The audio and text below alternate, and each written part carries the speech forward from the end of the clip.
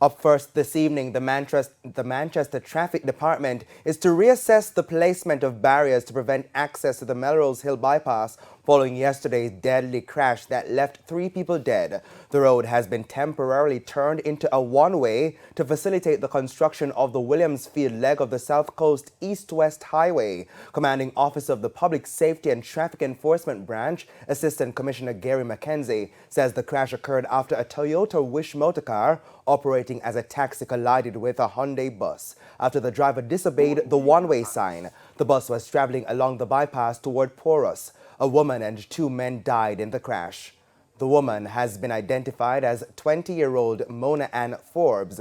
The police are still trying to confirm the identities of the men. All 3 were passengers in the taxi that was en route to Mandeville. Now, ACP Mackenzie says the crash is troubling because it was clear that speeding was also a factor.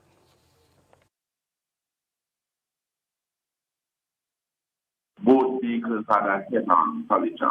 It is important to note that this area of the roadway is one which is being rehabilitated. And what happened is that there is actually a blockage at the roundabout at Williamsfield, which should prevent vehicles from traversing easterly. In fact, what is happening is that vehicles have to go on the whole Melrose roadway.